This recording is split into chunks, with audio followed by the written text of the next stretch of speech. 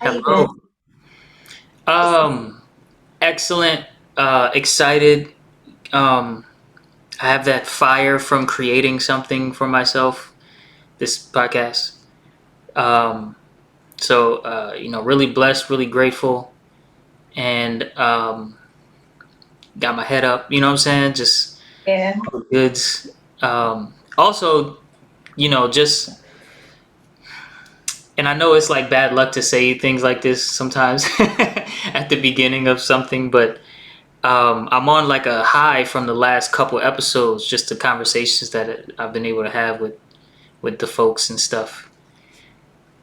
Been Oh, that's really great because, and I think the reason they're so great sometimes is because it's not a scripted thing. I'm not, you know, it's not planned out too much. It's planned out to the extent that it needs to be planned. And that's pretty much it. How are you? How are you doing? brother. I'm blessed. I'm really blessed. I just started my art business. Just started focusing on putting my artwork on merchandise. People are requesting it. People are asking for it. People are visiting my Big Cartel website, and I'm really dancing with what it means to be consistent. What does consistency look like? And I think consistency and abundance go hand in hand. They move like this. The more consistent you are, the more abundant you are. Hmm. Well, we're definitely gonna get into that during the show. Two, one. Hello and welcome back, everyone out there in the world, to the Expression of Love podcast. It is your host, Soul Expression, and I am here with a very, very, very dear friend. I don't even know how long we've known each other anymore. It was somewheres around, man, I don't know when I met you anymore. I It's think just been too long. it was at an open mic and you were busting the mic down It was and like I was live 2012, 2010, something around there, 2011. 2010. Yeah, like, man. A And portrait of you while you were on stage. still got it. I You still still got got it. Of course, I still got that. it. Um, Naomi, uh, Sachat, you know, welcome to the podcast. And I'm so glad you're here. I feel very blessed to have you on. Since I've known you, you have gone through so many transformations and moments of clarity, moments of fog, just moments, right? Long moments, but moments nonetheless. They do pass. I feel And witnessing this journey kind of from afar, kind of from a close, kind of from afar again, has been nothing short of a great blessing in my own life. And I had to ask you to be on the show because even though I thought you were going to say, no, no, no, not really. what I usually say. I'm always like, no. No, maybe next time, maybe. But I had to ask you to come on the show because locked within you is this light that is unmissable. That I'm sure our viewers are going to be like, oh yeah, yeah, there it is. There's that light he was talking about because it just comes out, and you know your big ball of wisdom as well as uplifting energy. Really appreciate everything you bring. Just being. Thank you for being, and thank you for being here now with me. So Naomi Hanna. Um, yeah, man. So I just asked you, how are you? How you doing? So it's Oh, kind of awkward, off air. So it's kind of awkward for me to ask you again. But how you doing? good. Hey, I'm blessed. My art business is picking up. People want to buy originals. People are buying prints. Working on the fairy, Kotombli, Ghanaian Kotombli, fairy, like African fairy coloring book, and then I'm working on the Mami Wada T-shirt series. A lot of people are loving that. I'm just blessed. I'm just grateful. People are signing up for my permaculture course. I'm teaching that as well, and I'm just grateful. I'm grateful for all I've learned. I'm grateful for abundance. I'm grateful for being appreciated for my gifts. I'm grateful for the difficult lessons that taught me lessons and that helped me create boundaries. Protect myself while I protect others from myself. Protect myself from others with healthy, clear boundaries. And then just my communication skills went from here to here. Wonderful. Wonderful. Upgrades all around. Um, Man, and make sure you send me all of those links when we get off of here so I can put them in the description of the YouTube video. Sure. You know? Gotta spread the wealth, spread the love, spread these links. If there's a loud sound in the back, it's because of the train. Don't pay that no Oh, mind. okay. Thanks for the warning. But yeah, no, we'll Mm. forgive you for living, for But living and being. forgive me for living and being a human. Yeah. Um, so, as you know, the Expression of Love podcast is largely about just that, expressions of love itself. And to be able to express love, one has to know at least a little bit of what love is, to them, right? To themselves, what love is to them. So, what is love in your eyes at this stage of your life? What have you gathered that love is? Okay, that is a big question. What is love? Yeah, sorry for the loaded question. Whoa. What is love to me? Okay, do you want to hear the oh, goodness, now I gotta qualify the question. That's okay. What's up? All right, so I read this book by Elliot Cohen. It's called Plant Spirit Medicine. And this European botanist scientist went to South America and spent some time with the Hopi people, the indigenous Native American Hopi people. And he asked this man from this indigenous culture to sing him a song. So he starts singing a song about the beauty of water. And then, the white man scientist guy, it's like, okay, can you sing another song? And he starts singing a song about him and his wife and his children going to the water to gather some water to drink and wash themselves. And then the scientist started getting annoyed and he was like, you have any other songs? He's like, sure, I got more songs. He started singing the song about the waterfall. Then the scientist got frustrated. It was like, do you have any other songs about water? And the Hopi indigenous man said, you know what? No, water is the most precious thing to us. That's why we sing about it all the time, because we know how rare it is. Perhaps that's why in your culture, all your songs are about love.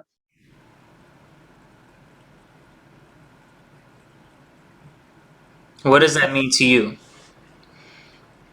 I think that it means that we are all dealing with a smoky mirror. We're all dealing with an illusion that we're all separate from one another. We're dealing with someone else's dream imposed on us. That separation is the only way to experience that connection. I think love and connection are synonymous. Hmm. And so, why are all of our songs about love? Because it's rare to find in our culture. Ah, Water is rare to find, so they sing about it all the time because it means so much to them. In our culture, we have plethora of love songs because that's what we want, that's what we crave. But because we've been alienated from our culture, then it's difficult to connect to one another because culture and language are the ways that we connect to each other. Agreed hmm. upon, these agreed upon sounds and symbols that make up our values as a collective. When our values are kind of chopped up, then it's difficult to connect to one another. Then we gotta redefine our values. It's connection. Love to me is connection. Wonderful, wonderful. I I actually also I defined it myself in a previous episode. I said love to me right now in my stage in the stage of life that I'm in right now is the blending together of something I call true understanding and joy.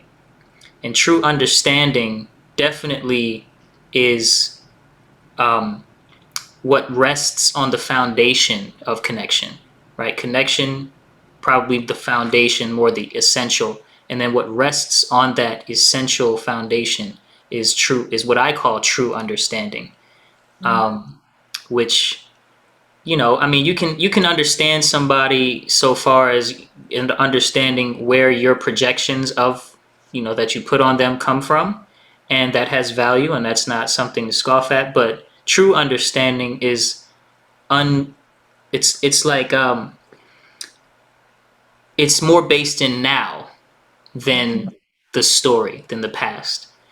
So that's true understanding, and the blending of true understanding and joy is what I currently called love, and yeah, connection is definitely right up in there in the smack dab in the middle of all of that. Beautiful, beautiful, beautiful. Thinking about the water and the culture that he probably was exposed to down there in South America, there is nothing that's not connected by water, at least on this planet, right? There's nothing on the great Gaia that's not surrounded 360 by water, meaning even True. if you don't see it because you're in the middle of the desert, if you were to fly upwards, the further you get, the more water you see. Mhm. You know Very what I'm true. saying? Yeah. And so water, and we're made of it. We're literally made of water. It's what we're made of. You Mhm. take the percentages, then over here there'll be a little block of muscle, bone, and tissue and stuff, and then there'd be this big old container of water, you know. and and that's very interesting. But that aside, the connection that we speak of when we say what love is connection, can be almost made into a metaphor for how what water is to life, connection is to love. Can almost draw that conclusion. And you know what? I take a Shaolin Qigong class with my teacher, my Shifu, and he always talks about divine infinite love is really the divine light coming down from the cosmos. And when we breathe that in, that's love as well. When we breathe that out, that's love, right? So when the Hmm. sun is pouring down its rays, when the stars are radiating down their rays, that's all divine love, that prana energy, that connection. And what connects us to the all is our breath. Absolutely. So water, breath, connection. I think all of that has to do with love. Hmm. So when it comes to breath work, when it comes to connecting, I think first we have to be connected to ourselves before we can think about connecting to others. We crave connecting to others so much. We're a species that needs another person in order to live. We need another person to survive. We could be given water, food, and all of that. They did an experiment where you had a baby and the baby was given food, baby was given shelter, warmth, water, all that it needed as far as like bodily functions, And it but died. Yeah. wasn't touched, and then the baby died. Yeah. I know that experiment. Yeah. Yeah, that's an intense experience, you know. So we need to touch each other. We need to trust. We need to feel safe with one another. But we also need to have healthy, clear boundaries with one another because so many of us are dealing with an interesting type of trauma that can be healed through breath and through connection. Because once I feel like I'm connected to this person, then that means that if any harm comes to this person, harm comes to me. And most of us are self-serving, even if we don't want to say that. We are. And there's nothing wrong with being self-serving. What's wrong is if you're self-serving without being connected to anyone. Yeah, Then you self-centered is the harmful one. Yeah. yes. Self-serving is beautiful. Self-centered is a little different. That's not the opposite. May okay, yeah. Well, right. So when it comes to you pleasing yourself at the expense of others, you causing issues to the community. When it comes to pleasing yourself, but also making sure that you're not doing harm to others, then you are experiencing divine connection. Now, when Beautiful. you're in a capitalistic system, it's really hard to please yourself while not hurting another. So that's why I think that it's important that when you get with other people, you redefine what your values are.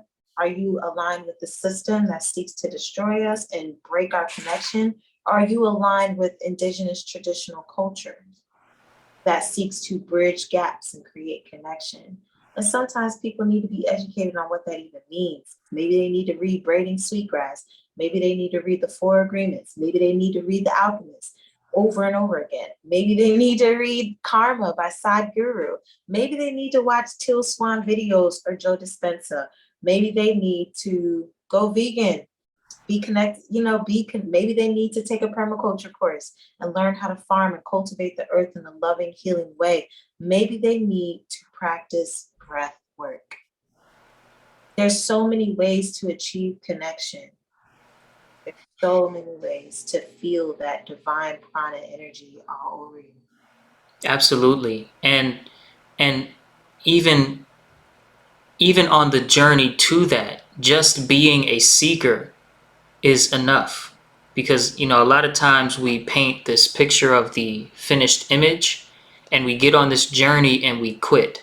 And we maybe try again and we quit. And eventually we quit for good, which is a tragedy in my eyes, because being a seeker is enough.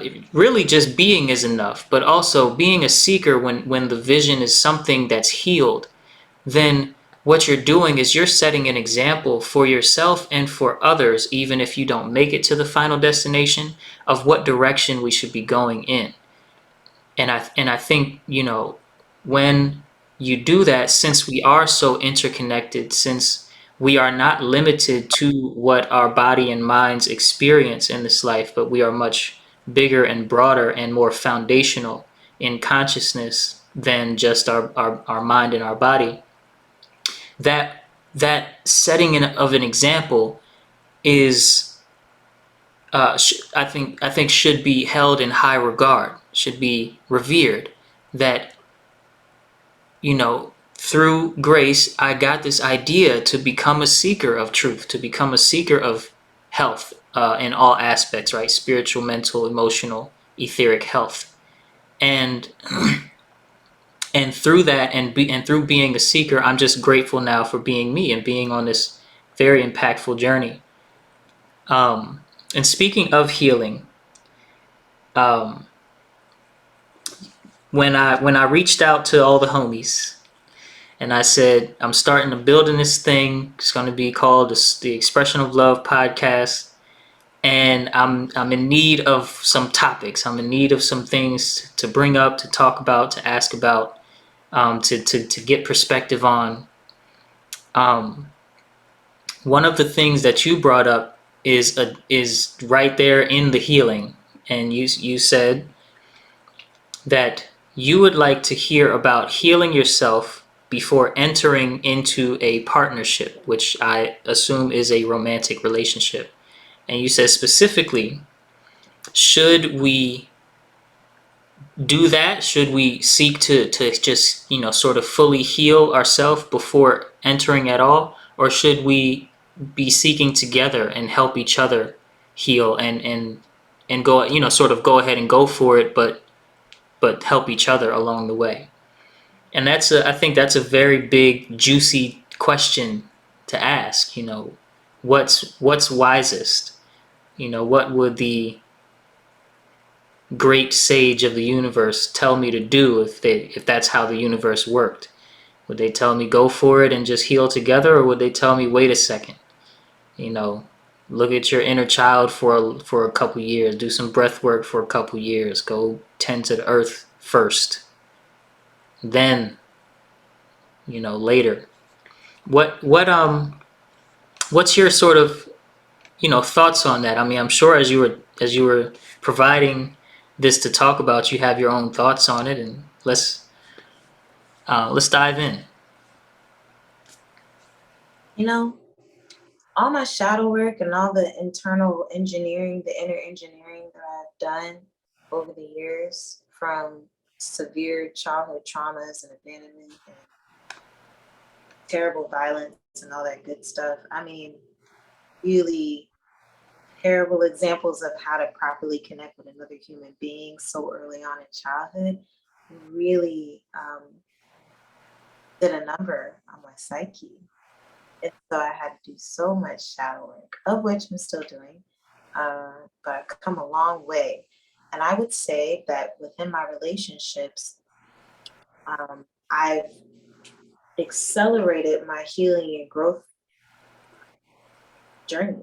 So when I'm on my own, I'm not really tested. I'm doing the work, I'm doing the shadow work, I'm reading the books, I'm applying them, in the ways that I can, that are comfortable in my comfort zone, because I'm on my own by myself. When I get into a relationship, that's when it's time for it to be put to the test. Okay, you read about healthy communication. You read about intentional listening. You read about having healthy boundaries. This is the conversation where you have to bring it up now. We've read about tones and cymatics and how important the tone of your voice is when you communicate to somebody else, because it can literally heal the water inside of them and crystallize it, or it can turn it into mush. It can damage them, right? All these things that we are working on our internal person in order to be a healthy community member, in order to be a healthy part of the universe, in order to be an addition to the earth rather than a cancer to her. All that growth is accelerated when you're in a relationship. And sometimes we'd be like, whew, that was too fast. I need a break. Let's take a break. That was hard. Oh, you raising your voice at me. I don't like it. Stop. I need a break. Oh, woo. Okay. Commitment, consistency, communication. Ooh, it's a lot. It is a lot managing another person's experience while you're managing your own internal experience. And I found that once I get to a certain point of my own internal healing, that's when I'm going to want to get into a relationship to test it. I want to see, well, am I really a good communicator now? Well, am I good at listening now? Well, can I be consistent? If there are issues that come up and the person addresses something within me, am I going to get defensive, or am I going to listen and apply and acknowledge their feelings and not dismiss their experience? Like, how am I going to handle that situation? It's easy to appear as this healthy, pristine, wonderful person when you're by yourself. It is very hard to maintain that when you're with another person. And the best case scenario, since we are all unprecedentedly experiencing this destructive capitalistic system, Mm-hmm. the best you can wish for is someone who is committed to growing with you. And since I have done this breath work, since I've going on raw vegan green juice fast, since I've been celibate, since I've been practicing Shaolin Qigong, practicing Capoeira, doing my artwork, being consistent with abundance, shifting my mindset from scarcity into abundance, shifting myself from a fear-mongering experience into I am well, I am enough, and I'm taken care of by the universe. Since I've made this polarity shift, I've been attracting divine men like myself, men that are on their prana journey, men that are on their celibacy journey and semen retention and eating divine, healthy, living, organic foods and connecting with the earth, connecting with the ocean every day. and honoring me as a friend and not just trying to get into a certain lower chakra that's not for them just yet. Like just being honored constantly through music, through sound, through connection, through friendship, through communication, all that good stuff, right? I've been attracting really beautiful men into my life since I've done the internal work. Not however, but in addition to that, Mm-hmm. you know, among all the dudes that are trying to talk to me right now, I know that I've reached the zenith of all the work I can do by myself. I've done so much work by myself. Cool. Capoeira is only as fun as the other person you're jogoing with, you're playing with. Capoeira does like this. Right. Capoeira, it does like that. Capoeira is cool when you train alone, but your skills are really tested when you get in the harbor and you have to throw a habija high and you got to go negativa, and then you got to throw a habija high and they do macapo, and then it's a conversation. Conversation is connection, that sound, that resonance, the shapes, the all that good stuff, all that resonance, all that relation. You can't relate unless you get on the ship together. Relationships. So right now I'm just on my own ship, man. I'm just making sure I got my little sail right. You know what I'm saying? I'm making sure I got my little row. I got my little emergency, got my little kit, got my little SOS just in case, got my little deck, you know. I taking care of my personal ship. Then I'm not about to jump my personal ship either. Hmm. I would love to relate to another person on their ship, taking care of their ship. And then we can journey together in this beautiful ocean together. And we can create abundance from that. It's very So interesting and yes. lovely to hear. Um, and I'm proud of you as your friend. Thank you. Um, it's, you know, it's interesting to think about the measurement of progress, you know, because as you say, you know, I can feel that I've reached the maximum amount, either feel or see that I've reached the maximum amount of progress I can make on my own. Um, Two things. One, that's great, a great attitude to have, because it means that bringing somebody else into my life doesn't mean that I'm off the path. It doesn't mean that I won. It doesn't mean that I lost or something like that. It doesn't mean something's over. It means that I continue to grow and to receive grace and to receive learning, to receive learning.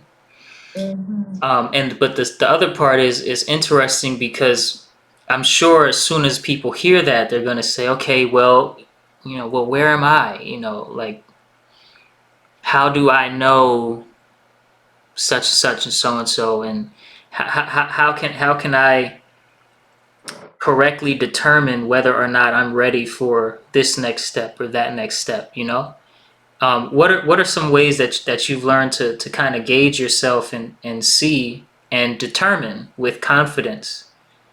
Because you didn't sound shaky when you said it, right? How can you know? How can we know? How can you know? That's a good question. They always go that when a student is ready, the teacher shall appear. And when the person is ready, their person shall appear. That didn't sound good at all. Deep, yo. It was very politically correct. Yes, absolutely. Thank you. I was trying, you know what I'm saying? You know what I'm saying? You just had pride. I'm trying to like, you know, trying to understand and be respectful. You know, I'm not even talking about Moorish law. I don't want to go into that. I'm just saying all that good stuff. Yeah. Since I've done the internal engineering work, gorgeous, beautiful, light beings, light workers have come into my life. Oh my gosh. And everybody's asking for a relationship. And I'm like, well, here are the terms of this relationship. I don't want to be in a romantic relationship with you, but I do want to be in a business relationship with you. So that's what. And then somebody else came along. Oh, I'm not going to do the romantic relationship with you, but perhaps you can fit in my life in this manner, right? So that person has that place in my life. And then someone who walked into my life recently, it was like instant connection.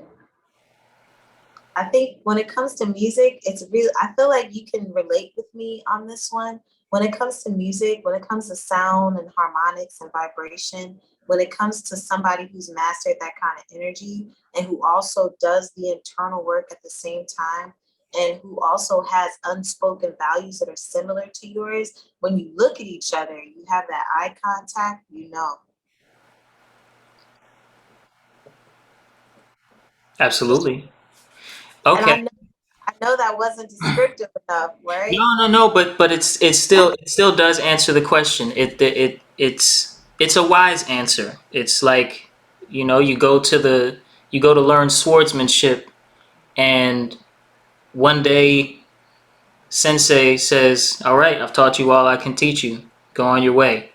And you feel The, like, "Oh my gosh, no, nah, there's no way I'm ready to just be out there practicing this like without Bruce you." Leroy, master. And it's like they say, well, how will I know when I've mastered it? And they say, you'll know.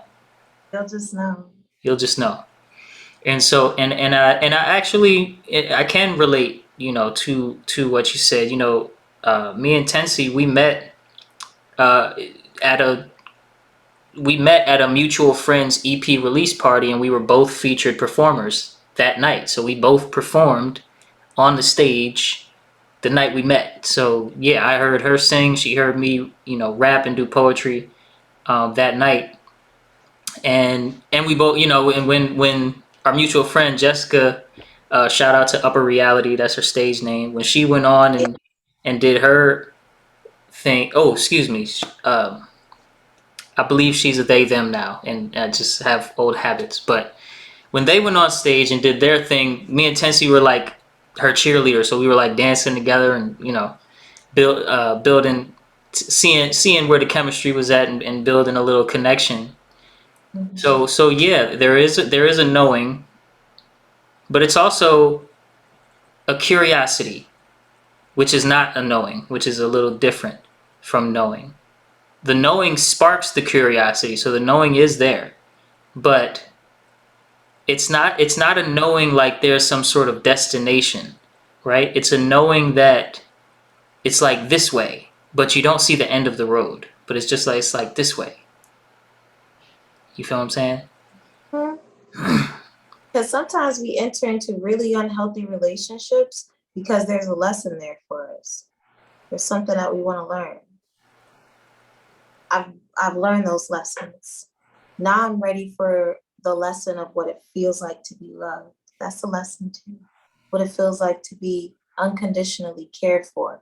I'm mad at you, boy. Oh, you hungry? So annoyed at you. What are we about to eat? So confused right now. Definitely overthinking. Can we talk about my anxiety? Does D have space for that? You do? All right, let's talk about it. Thank you for holding space for me. You're such a safe space for me to speak about my experience. Thank you for allowing me to be present for you. These are my new lessons, Hmm. and I called that in. And now someone who has appeared is here to help me learn that new lesson of what it feels like to be unconditionally cared for. Word. And there's a level two of that. There's a level two where they've checked those boxes, and then it's like, okay, for the last month you stopped checking these boxes. Are you okay? And what makes it level two is it takes a while for them to get back okay. And so there are going to be times when you need them to check those boxes again. They can't. They just can't. They don't have it in them for right now. And there's that weird space of do they love me anymore? Did I do something? Are they really thinking? All those doubts and all of those imposter syndrome mental Mm. habits start setting in and coming to the surface. And just to offer to the listening audience a little advice on how to avoid some of those pitfalls. There are couples activities that will change your life, and one of them that I know Naomi would resonate with, even if you've never done it before, is um, grateful for slash don't like writing exercise.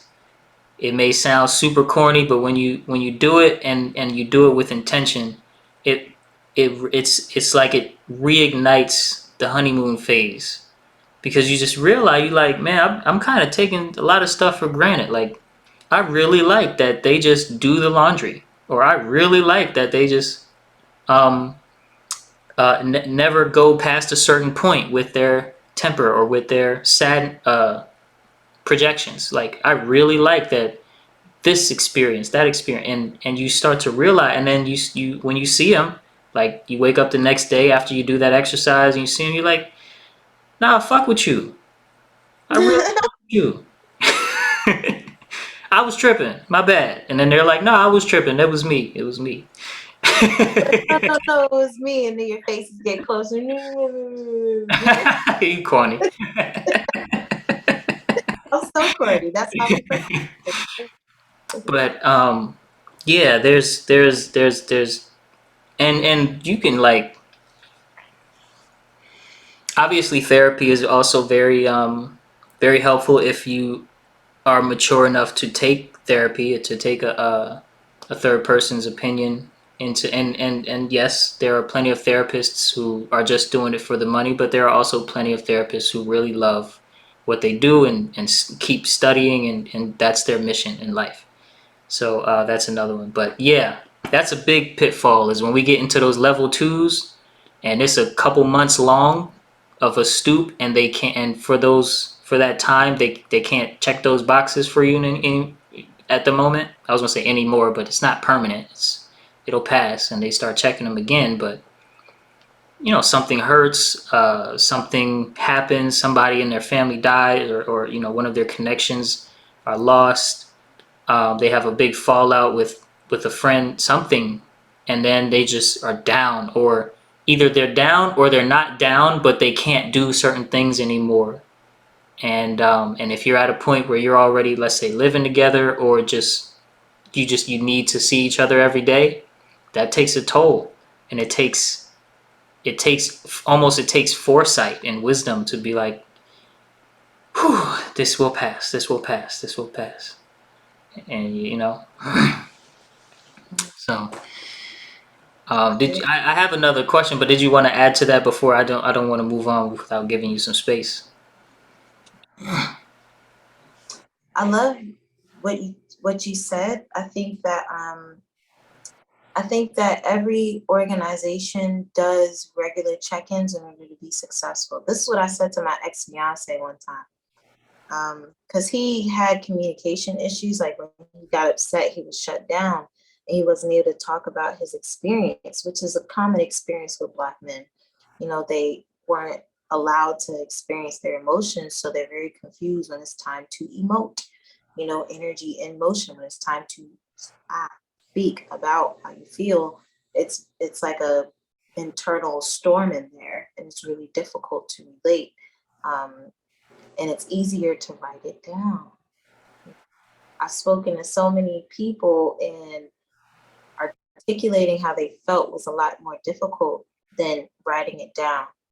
When they got to write it down, they were able to organize their thoughts and sort through their emotions. And then after that, they were able to articulate how they felt. So I made a ritual out of it, right?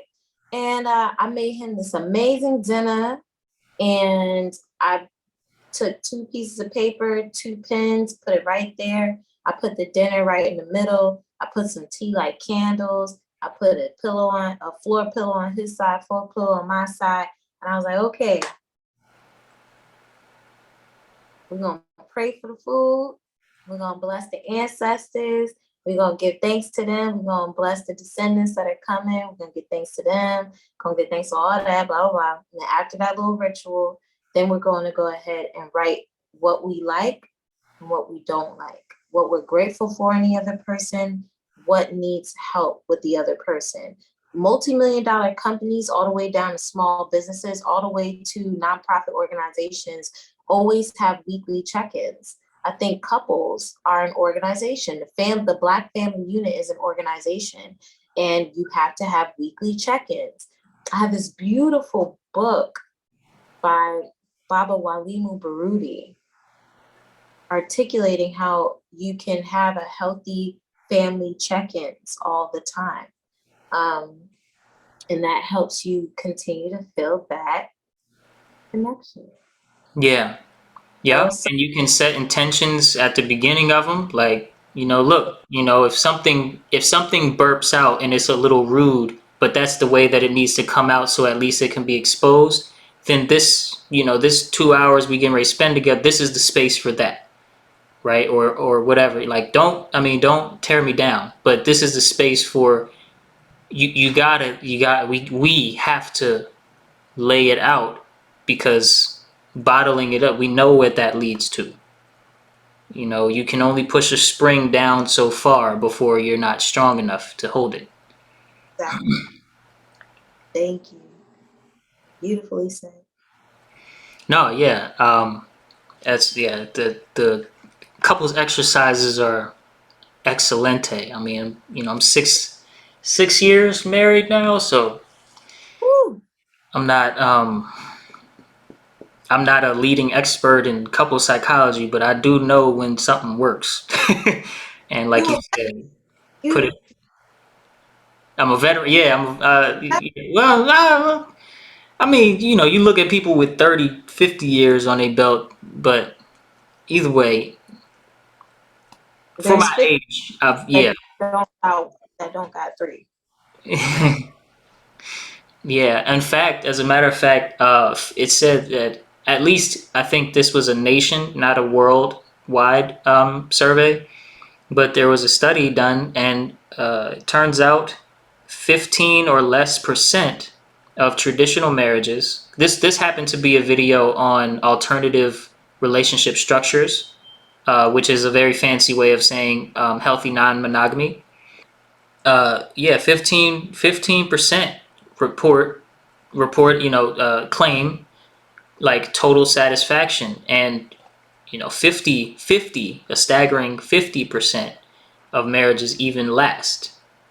Traditional marriages, again, even go, sort of go the distance. And I think that has a lot to do with healing yourself, your level of self-awareness at a given time, and something that you pointed out, the willingness to grow together. The willingness to grow together. It has so Commitment. much to do with the success, yeah, of your relationships, of your romantic relationships, at the number one seat. That someone can hold themselves accountable, if someone can apologize, if someone can, be upset and say and articulate that and be like, I'm upset right now and I'm not going to be my best self. So I actually need some space, and I want to come back and share with you because I care about this connection, care about this relationship. Yeah. All of those beautiful, beautiful tools. I think that we all need tools. I think that in order to get a job done, which is healthy, successful relationships that stay together so we can be more abundant, we need the tools. And I'm enjoying discussing the different tools. I only want to be clear that I am not in a successful, long-standing monogamous relationship. I am still technically single. So don't I have a bit of imposter syndrome right now in this moment, but I also have discovered some tools that I'm grateful to share. Well, and I guess I have some privileged information about your story that the listening audience does not. but you're definitely qualified to have this conversation. We're not talking about what people need to do. We're talking about, some tools that do work, right? And you've seen work with your own eyes. And we're talking a little bit about your journey. I mean, y'all, like, Naomi knows what she's talking about. Let's just put it kind of that way, at least when it comes to journaling, uh, trauma recovery / trauma healing, and the power of these practices of permaculture, martial arts, breathing, and these things. She knows what she's talking about, man. All of this stuff, man. All the esoteric stuff. Yo, these 1994 babies. Me and you, we 1990, right? 1989, 91, but yeah. 1991, Hmm. 90. Yo, these 94, 95, 96s, at 22, they were already finished with their yoga teaching certification. They're already finished with Qigong. They already done traveled to Thailand and got their Thai yoga massage there. They already entrepreneurs. They already doing shadow work with their parents. Like, Mom, when you were raising me, you crossed my boundaries, and now it's infected with people and acknowledge it. Like, these little kids, man, these little 27, 26-year-old men coming up to me with all the boxes checked. And I'm like, where the 32, 35, 38-year-olds at? And it was a 38-year-old that was still operating off of the previous paradigm back when we was still in the Piscean age. We in Aquarius now, and oh my goodness, the deep connection that everybody, this whole generation has been working on themselves. It's a generational movement that we're all connected to this collective consciousness. We all know how important it is to live off the land now. We all are like, yo, I straight up was raised off Wendy's and McDonald's. That's wrong. I'm gonna feed my baby plant-based food from my garden and put nutrients in my own soil so that my spinach can be 10 times the amount of iron and nutrients that it needs to feed my babies. Yo, I'm breastfeeding for 3 months. I'm having a lotus birth. What? These 1994, 1995 babies are lit, and I'm so proud of our generation for all of the work and the collective consciousness of internal growth and all of the estate planning and getting on the stock market and loving yourself and saying, I am such a beautiful Black woman. I'm gonna be natural. And not being natural is no longer a fan, like what is it? Fad. It's no longer a fad. Thank you. That's the word. It's just Black men are like joining these brothers, men's healing groups. Let me be a mentor to somebody. I don't like the word mentor, but there's just so much beauty going You don't on like in the our word mentor? I'm sorry to cut in. That's just I'm curious. I never heard anything necessarily negative about the word mentor before. it's a yeah, you have. No, I haven't heard it yet. I just haven't been exposed yet. I don't know. Oh, I'm very it's curious. coming from a Greek word where like the Greek army would take the children and train them personally on how to be a warrior, but also how to inappropriate sexual relationship between the older man and the younger boy.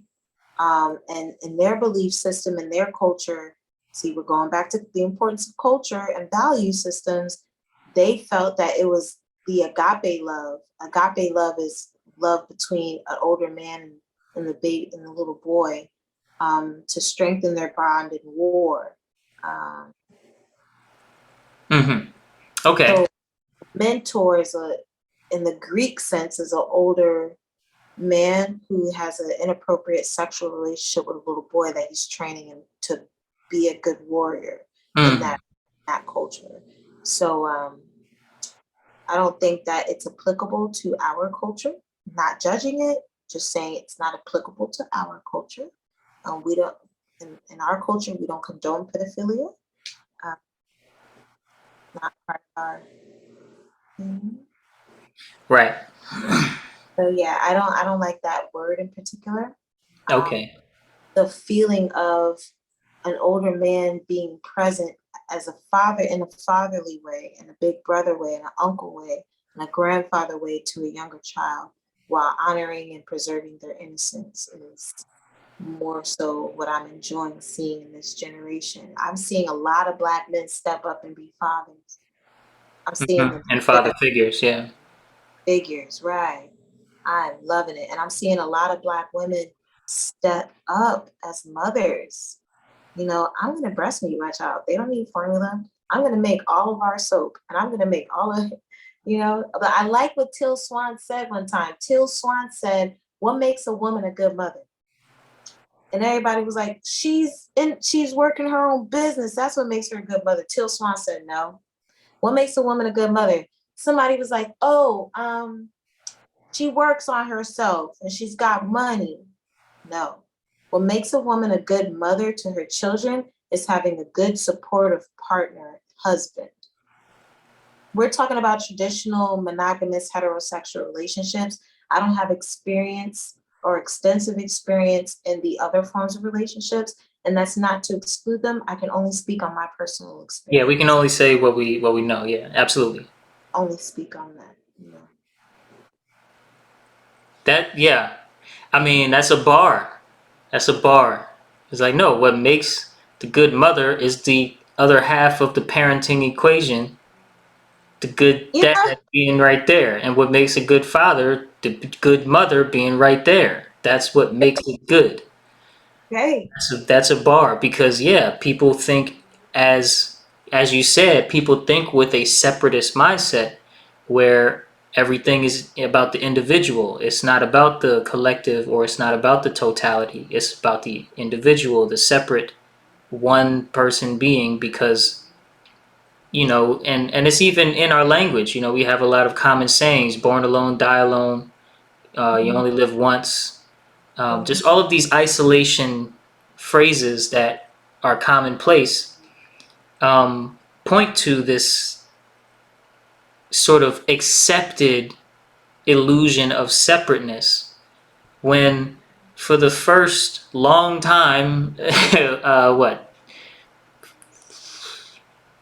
at least 4 years of your life everything is given to you. Let me see. I really appreciate the I'm trying to click on this thing. Here we go. The flow that we've been able to have and how we've been able to touch on a lot of things. What do you think in your own bringing it back to a more personal kind of setting? Even though I just talked about the individual, but bringing it back to you a little bit. What do you think drove the call to learn so many different and to learn about and start using so many different healing tools Yeah, for me, throughout your life? Yeah. for me personally, or hmm as And for more context, there are a lot of people who have gone through things like maybe things similar to how you've gone through in Belize recently, or things similar to how you and your parents' relationships have taken in some worse, and they don't find it even if they're exposed to there are these tools they don't gravitate to them, but you have gravitated to them and even started to get to where you want to master a few of them. And what drove this need to really use these tools and to learn them and to teach them, and to pay it forward. what does everyone love? We all want our relationships to be healthy. If you're dysfunctional because your childhood was dysfunctional and you didn't have good examples of how to have healthy relationships, then your adult relationships are going to be very dysfunctional, right? So I was like, well, how do I not be dysfunctional in my adult relationships? And how do I stop attracting other people who are also dysfunctional in their adult relationships? What do I do? And my coping mechanisms as a child to maintain my sanity became my healing modalities into my adulthood. So in order to maintain my sanity as a child dealing with the extreme child abuse I dealt with, I had to draw. I had to sing. I had to express. I had to get the trauma out of my body somehow. I was in plays. I did murals at school. I had I had like a 3.78 GPA. I stayed after school and studied. I did whatever I had to do to process all the foolishness I went through at home. Now as an adult, those things have served me well. I paint, I love painting, have art classes, become a teaching artist. Uh, so I pursued all of those healing modalities at first because I needed to in order to have a crutch, a coping mechanism, because I was too intelligent to fall to substances such as beer and alcohol and drugs and illicit sex, all that good stuff. I was like, nah, I'm not gonna do that. I'm not doing that. I'm not doing that no more. I'm good. I'm not getting into that because I don't want to be a slave to that substance. My one thing was sugar though, man. Woo, couldn't tell me nothing about sugar. Sugar made me feel good. Most dangerous drug of them all, actually. So I guess I was a drug addict for a little bit. You know, I had to get off that sugar. But anyway, what I'm saying is we all want the same thing. Rihanna has this beautiful song. It's like, we all want the same thing. We all want love. I can pretend that I'm not lonely, but I'll be constantly fooling myself.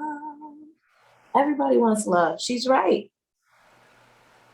Some say love ain't worth the buck, but I give my last dime to have what I've always wanted. That's her song. And then I vibe with that song. We all want love. In order to have connection with other people, we have to learn the parameters and the boundaries and healthy ways of having relationships with other people. In order to have a healthy relationship with another person, we have to think about it as in two ships, right? You can't expose the secrets of the other ship or else you'll leave them vulnerable to attack. You can't crash into that other ship or else you're crossing their boundaries and inhibiting their path. You can't own the other ship because then they won't be able to continue on their growth and their journey. But you can build new ships together and create a whole unit, a whole fleet. You can do that together. So what are healthy ways to have a relationship? Well, it's all about how we think about it. It's all about our examples. My first examples of relationships sucked.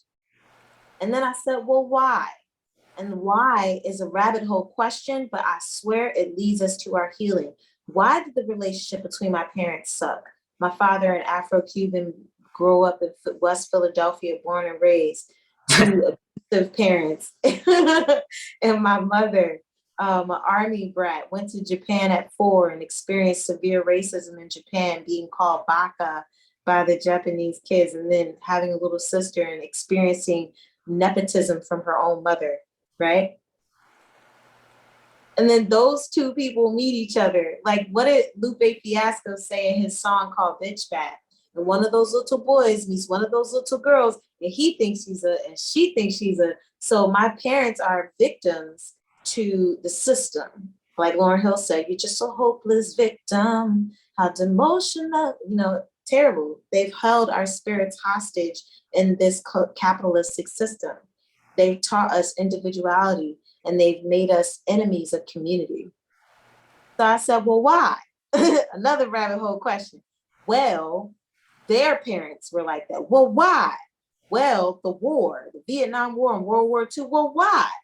Well, slavery, Jim Crow, Black Panthers, the Marcus Garveyite movement.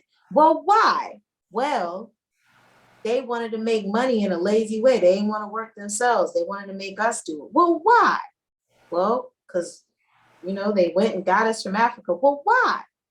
Why would they mean? Why? Why? And eventually, why stops mattering, because then you get all the way up to ancient Kemet. You start learning how to write hieroglyphics. You go to the pyramids with Shaka bars or somebody, you know what I'm saying? You just learn about yourself, and you got the Ankh, you got the African clothes, you went natural, and still you don't know how to have a healthy relationship. You went vegan, you listen to all the Assyrian Asar, you go to the Bembe, you learn about the Orishas. There you go again. You learn about, all these spiritual systems. Then you start studying Buddhism, and you still don't know how to act in a relationship. And then the why stops mattering. Then you got to dial it all the way back. And then you have to start with the small whys. Well, what's effective? How do I become a healthy person? We get away from why, and then we just talk about how. I just want the solution now. I understand the problem. I went down the rabbit hole of why. Now I want to understand how. How can I have a healthy relationship? Well, I have to learn how to trust. How? Well, I have to communicate with myself and trust myself first. And I have to develop what my values are, what I will take, what I won't take. And I have to have healthy boundaries. I have to understand what my values are in order to develop healthy boundaries to say, hey, this is a non-negotiable for me. I have to learn effective, healthy communication skills. That's a whole course in college. People go to college just for communications. Communication is everything. And words are the worst way to communicate. Body language is like 84% of communication. That doesn't mean they're the worst, in my opinion, but I do know what you're saying. You a wordsmith, so I apologize. You're right. They're not the worst. They're the least effective. Like, I can communicate with somebody just with my eyes. Right. The least prominent. The least prominent, but still very important. Yeah. The lyricist over here. I feel you. And the thing is about that, really quick, I know you gotta go, is your body language is also words. Your etheric energy and your aura is also words, because how words are interpreted is not words. How words are taken in, and like if you live by the principle of such and such a so, that's not words. That's in your actions. That's in your energy. That's in your energy exchanges and your reactions. It's not the words themselves. And so even the words are not even the words are body language and energy language, right? Even the words are because that's why we talk about tone. That's why we talk about these other forms of communication. So I That's why just Black wanted to be clear that like, up. why your tone of voice when you talking to me? Cuz, you Because don't your know me, cuz. can heal or it can break someone down. Your tone of voice is everything in a relationship. Your tone. And if you gotta ask the person for grace, please excuse me for my tone because I'm feeling anxiety. Please excuse me for my tone. Let me work on my tone, because tone is everything. In the 4 agreements, right? The first agreement is be impeccable with your Word. word. Yeah. And take nothing personal is either 2 or 3. Make no assumptions. Yep. Always do your best. Best. Yeah. Yes. Absolutely. Absolutely. Positively. Naomi, it's so So, great to have you on. I love you so much from the bottom. People can find you and your work where at? Shashat's Brush, Seshat's Brush. Shashat is the Kemetic goddess of writing, and she's always depicted with a stylus. She invented math and charting the stars, and she's married to Tahuti. So Shashat is very special to me, and she is the goddess of education. So Shashat's Brush, I would say that when I do my artwork, when I depict the themes that I depict, it's about communicating education. It's about communicating growth. Awesome. Awesome. Awesome. Thank you so much for coming on the Expression of Love podcast. I definitely had a lot of fun and a lot of great feels during this conversation. We should do this again. Um, yeah, man. How are Yes, you feeling about this episode? I feel grateful. I feel so grateful that you're acknowledging the my divinity, and I acknowledge your divinity. And I'm so proud of you and Tansy. And I'm so grateful for this 11-year, 12-year friendship you and I have had. And thank you for bringing me on. And to all your guests, to all your viewers, thank you all for being present on this journey with my brother. And I wish you a beautiful, beautiful healing journey. Hey, Wakanda forever. Oh, Hey, don't go nowhere. Don't go. I'll be right back. Don't go nowhere. Be right back. Don't you go nowhere. You promised me. Don't go yet. I'm impeccable with my word and didn't make any agreements. We'll Okay. Bam. hear stuff. Wait. Bring it back. Oh my God. Let me take off the blur. Okay. Take off Oh the blur. God. Oh, got it. That's when you had a low Got cut. it. That's when you had the fade. Oh my gosh. Wow. You still got that portrait, bro. Oh my And it says goodness. knowledge is power at the top, hip hop in the shades. I love this thing. It's amazing. That was your energy. That's what you was rapping about on stage, bro. I Oh used to yeah. be all up on your SoundCloud. I used to be up on your SoundCloud. Like, why won't he produce? Why can't this just be a CD? I need this on Spotify. I love this music. Like, I'm on Spotify now. Not okay. not the stuff from the sound. I mean, stuff from the SoundCloud doesn't have original I beats. need to use your audio on my art videos, bro, and my Instagram reels. What's up? I have a couple things that you can do that. You know, so I don't. It's not all of it though, because I'm not paying $1,000. You know, $50,000, $100,000 for a beat. You know what I'm saying?